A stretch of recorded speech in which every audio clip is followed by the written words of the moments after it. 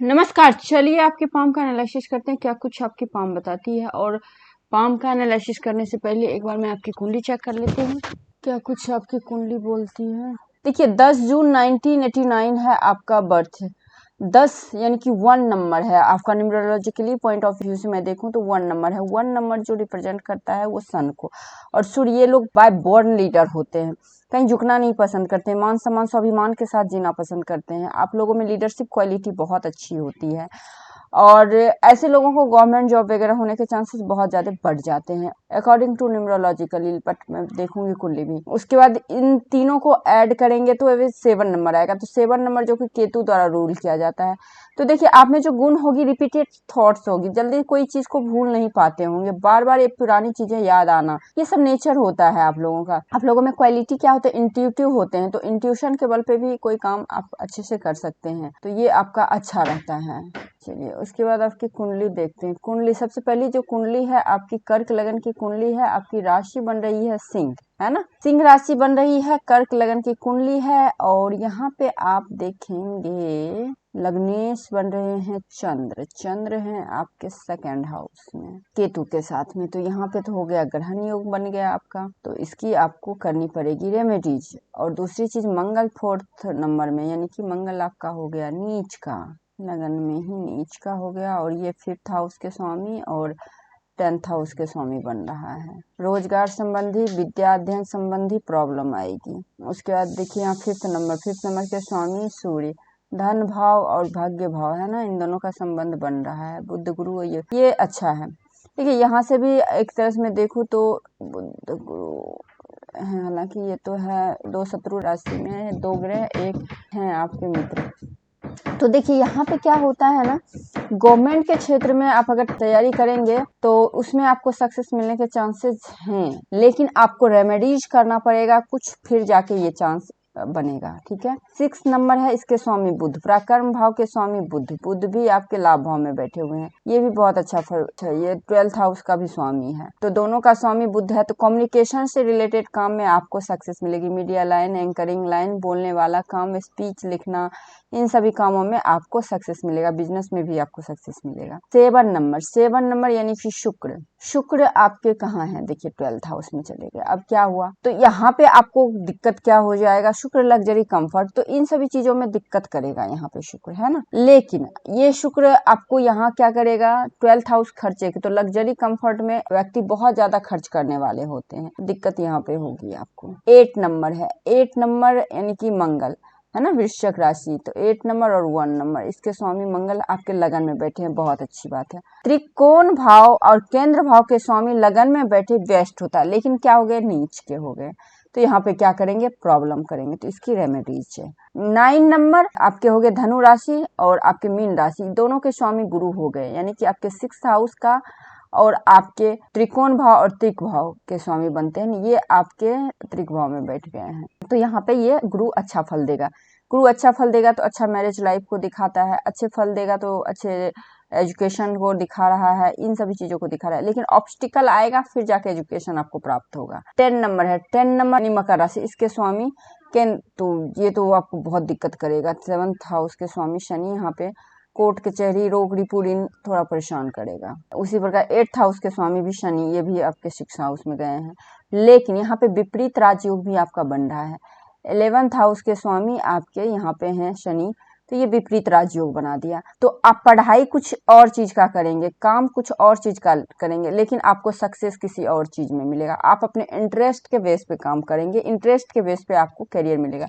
Suppose आपने BTech किया लेकिन आप कवि बन गए हो, या फिर आपने मेडिकल किया और आप इंजीनियर बन गए हो, आप एक्टर बन गए हो, तो इस तरह से अपने से लाइन से हट के बिल्कुल काम करना। उसी प्रकार से तो ये हो गया। अब देखिए प्लेसमेंट, मंगल की नीच दृष्टि 1 2 3 4 आपके सुख शांति के घर पे पड़ रही है, तो यहाँ पे सुख शांति में कमी, मानसिक परेशानी। 7वीं दृष्टि 7th हाउस पे पड़ रहा है, तो यहाँ भी दिक्कत, मैरिज संबंधी पार्टनरशिप में कभी गलती से कोई काम मत करना आप। उसके बाद 8वीं दृष्टि देखिए राहु पे पड़ रहा है, अंगारा के बहुत मन परेशान, बहुत ज्यादा मन परेशान। राहु की दृष्टि चंद्र पे भी पड़ रही है, मानसिक प्रॉब्लम, लेकिन इसकी रेमेडीज है, बिल्कुल सही हो जाएगा, घबराने वाली कोई बात नहीं। शुक्र की दृष्टि शनि पे पड़ रही है और आपके 6th हाउस पे पड़ रही है, तो अच्छा ही फल देगा यहाँ पे। सूर्य बुध गुरु, इसके सारे की दृष्टि ज्ञान भाव पे पड़ रहे हैं, सारे ग्रह पे बहुत अच्छा फल देगा, ज्ञान में वृद्धि देगा। लेकिन वही बात है ना, नीच का जो हो गया है ना दिक्कत थोड़ा, लेकिन केंद्र में है तो ये भी अच्छा ही फल देगा। अच्छा है आपका, है ना, मांगलिक आप हो। देखिए मंगल से आपके वर्गोत्तम कुंडली, यहाँ भी आपका नीच का हो गया, लेकिन मंगल चंद्र यहाँ भी अच्छे भाव में आपके बैठे हुए हैं। शनि यहाँ पे आ गए हैं केंद्र में। मैं आपको ना रेमेडीज बताऊंगी, तो वो आप करोगे ना, ठीक हो जाएगा। राक्षस गण है, बहुत ज्यादा ईगो रहता है ऐसे जातक में, इसमें भी सिंह राशि के आप हो। आपकी अभी दशा चंद्र की चल रही है, अभी 2025 तक चलेगी, परेशानी तो रहेगी। उसके बाद फिर नीच ग्रह की महादशा चलेगी, लेकिन नीच ग्रह केंद्र में है तो अच्छा ही फल देगा, उसका कोई दोष नहीं लगता है ज्यादा। तो आपको 2025 से आपका टाइम बहुत अच्छा आएगा। बहुत अच्छा तो नहीं कह सकते हैं, बट अच्छा आएगा, पहले से बेटर आएगा। 2025 से 1-2 साल और आपको प्रॉब्लम होगा। चलिए आपके पाम पे आते हैं। सबसे पहली बात तो आपकी पाम जो है ना, एक पिक में दिखा है, इसमें तो तिल नहीं दिख रहा है, यहाँ पे तिल है। यहाँ पे तिल होने का मतलब होता है एजुकेशन संबंधी, मैरिज संबंधी, संतान संबंधी, पेट संबंधी प्रॉब्लम होना। तो ये देखिए आपका जो है ना तिल है, इसके लिए भी रेमेडीज है तो मैं बताऊंगी, ठीक है। तो ये तिल अच्छा नहीं बोला गया है। दूसरी चीज क्या है, आपकी जो पाम है ना, ये फुल एक तरह से कहा जाए रेक्टेंगुलर, और इसको आप कह सकते हैं स्क्वायर, दोनों का कॉम्बिनेशन है ना।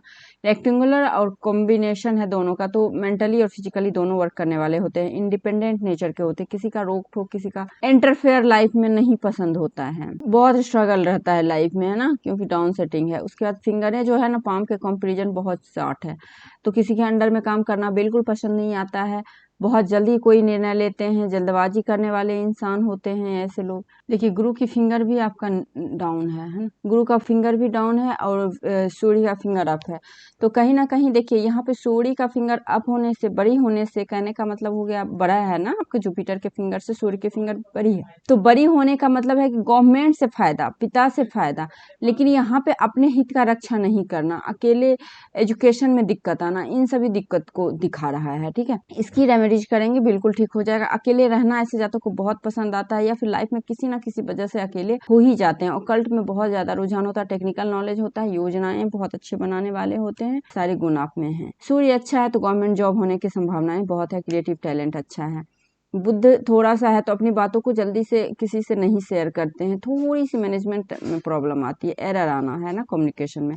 थंब बहुत छोटा है, तो जब बहुत जल्दी किसी पे विश्वास कर लेते हैं, कोई काम करने के बाद पछताना, है ना, कि मुझे ये काम नहीं करना चाहिए। देखिए आपकी गुरु की माउंट उभरी हुई है, बट यहाँ पे तिल है, तो इसकी रेमेडीज बहुत ही जरूरी है करनी। उसके बाद देखिए यहाँ पे इस तरह से लाइनें आके फॉल होके आपके जा रही है, तो ये जो लाइन है ना, आपको यहाँ पे भी देखिए थोड़ा सा स्टार का साइन है। तो यहाँ पे जैसे कुंडली में आपका है ना गुरु अच्छा है, तो यहाँ भी से भी गुरु अच्छा दिख रहा है, बट ये तिल आना ये सही नहीं है। और बहुत ज्यादा एग्रेशन होना, गुस्सा होना, शनि मंगल की ती बनना, इस चीज को दिखा रहा है। उसके बाद शनि, देखिए शनि भी उभरा हुआ, तो आलस होना, ऐसे जातक में आलस भी बहुत ज्यादा हो जाता है। देखिए जब मंगल डाउन होता है ना, तो थोड़ा सा दिक्कत तो होता है। तो यहाँ पे आपकी शनि की भी स्थिति उतनी ज्यादा ठीक नहीं है, हालांकि पैसे सेविंग है, लेकिन अभी तो नहीं दिख रहा है मुझे कुछ भी। अच्छा यहाँ पे ट्रायंगल है, आपका सूर्य बहुत स्ट्रांग है। मेरा बात मानिए तो अगर आप गवर्नमेंट का जो प्रिपरेशन करेंगे तो आपको सफलता मिल जाएगी। यहाँ भी स्क्वायर है, यहाँ पे भी फिश का साइन है, आप देखेंगे इस प्रकार से, है ना, ये फिश का साइन है और नेम फेम वाली रेखाएं हैं।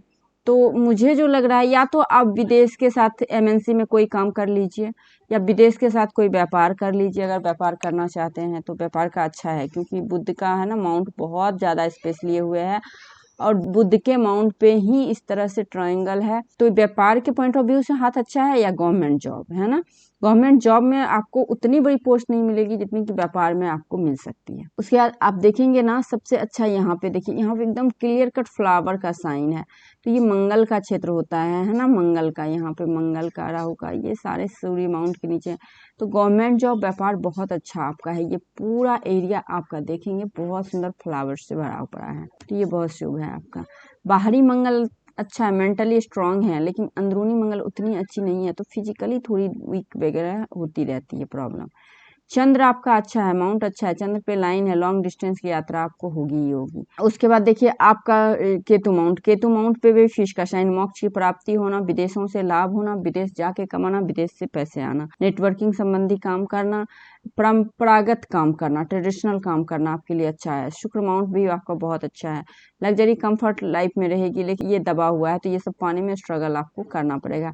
मैरिज लाइफ आपकी सही नहीं रहेगी, ठीक है, ये इसमें आपको देखना पड़ेगा। थंब जो है शॉर्ट है, तो थंब शॉर्ट होने से बहुत जल्दी किसी पे विश्वास करते हैं, ये थंब आपका दिक्कत है यहाँ पे, है ना, क्योंकि देखिए एक तो बहुत ज्यादा एक से अधिक पोरबा है, विल पावर वीक है, लॉजिक पावर बहुत अच्छा है, सोचते बहुत हैं करते बहुत कम है। आपको रेमेडीज करने की बहुत ही जरूरी है, एडजस्ट रेमेडीज मैं बताऊंगी, एकदम सब सही हो जाएगा। आपके हाथ में प्राइमरी लाइनें जो है, हार्ट लाइन जो कि शनि के माउंट से है, तो मनी माइंडेड तो आप हैं, है ना, मनी के लिए ज्यादा ललायत होना।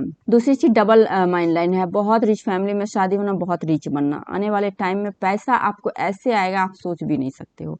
अभी भले आपका स्ट्रगल चल रहा है, दो माइंड लाइन का मतलब ही होता है लाइफ लाइन आपकी बिल्कुल यूनिक है एकदम से। देखिए चंद्रमा, ये तो मैं 100% बोलती हूँ, ऐसे जातक को फॉरेन में ही प्रोग्रेस होता है, फॉरेन में ही रहना चाहिए।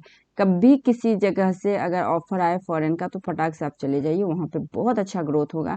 यहाँ पे भी इस तरह से शीशनुमा कीर्ति ट्रायंगल दोनों बोल सकते बन रही है लाइफ लाइन पे, तो फॉरेन फॉरेन फॉरेन बस, और कुछ मत सोचिए। वैसे 34 के अराउंड आपको बहुत बड़ा लाइफ में कोई मेजर एक्सीडेंट होगा जो मेंटली फिजिकली और फिनेंशियली रूप से आपको नुकसान करेगा, लेकिन उसके बाद जो ग्रोथ होगा वो बहुत उम्दा ग्रोथ होगा, है ना। देखिए आपकी जो है ना, ये आपकी है एक लाइन और एक लाइन ये है ना, दो दो है आपकी mind line, clear cut mind line दो है, तो इसका मतलब ही होता है ऐसे जातक का दोहरी सोच होना, है ना, एकदम प्रैक्टिकल रहना, अकल साइंस पे बहुत विश्वास करने वाले होते हैं। लेकिन ये दो माइंड लाइन जो होता है ना, व्यक्ति को बहुत क्लेवर बहुत चालाक बनाता है, बहुत ज्यादा। मैं क्या ही बोलूँ इसके बारे में, मतलब वर्ड नहीं है, बहुत ज्यादा स्टार है, तो बहुत बड़े लेवल का सफलता, आप जिस लेवल का सफलता चाहते हो लाइफ में मिलेगा, लेकिन ये 35 के बाद मिलेगा, इस चीज को आप ध्यान रखना। लक लाइन यहाँ से निकली है, यहाँ से गई है, अभी पैसा आपके पास नहीं है, ये एकदम क्लियर इंडिकेशन है, लेकिन आने वाले टाइम में पैसे आपके पास में बहुत ज्यादा होगा 35 के बाद। माइंड लाइन है, माइंड पे प्रेशर तो है क्योंकि यहाँ पे अप डाउन करके चला हुआ है, माइंड लाइन क्लियर आपका नहीं मूव कर रहा है, हाँ, लेकिन कोई बात नहीं, आपको ये भी आपका हो जाएगा, ठीक है।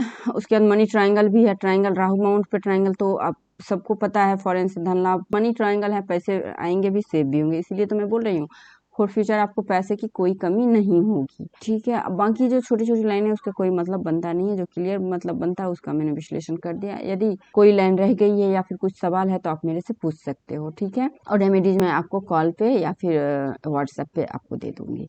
नमस्कार।